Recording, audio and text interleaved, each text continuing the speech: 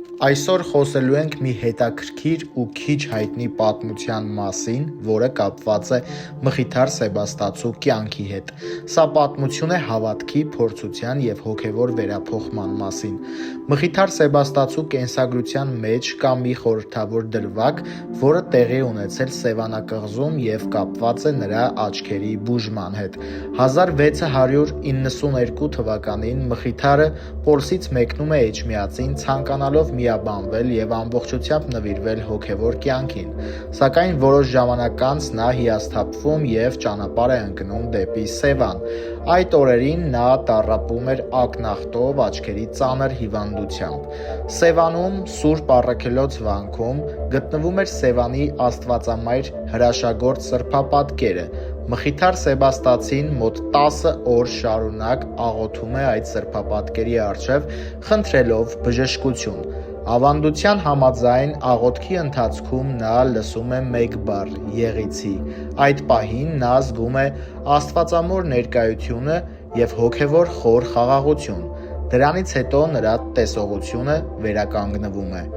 Այս փորձառությունը վճռորոշ ազդեցություն է ունենում նրա կյանքի վրա։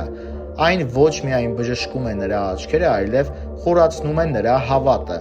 Ավելի ուշ Մխիթարը գրում է տողեր նվիրված Սուրբ Աստվածածնին։ Հայ նշանավոր մտավորական և պատմաբան Ղևոն Դալիշյանը իր աշխատություններում մանրամասն անդրադարձել է Մխիթար Սեբաստացու սևանյան օրերին, ընդգծելով, որ այդ օրերը շրջադարձային էին նրա հոգևոր և անձնական կյանքի համար։ Սևանի աստվածամայրը, այլ կերպ ասած, այդ սրբապատկերը, որը ստեղծվել է հավանաբար 16-ից 17-րդ դարերի սկզբին, ունի յուրահատուկ պատկերագրություն։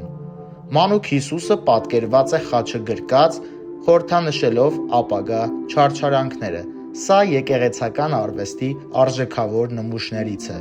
Սրբապատկերը սկզբում պահպանվել է Սևանակղզում, ապա տեղափոխվել Էջմիածին։ Այսօր բնօրինակը պահվում է Հայաստանի ազգային պատկերասրահում, իսկ Վենետիկի Մխիթարյան միաբանությունում պահվում է դրա կրկնօրինակը։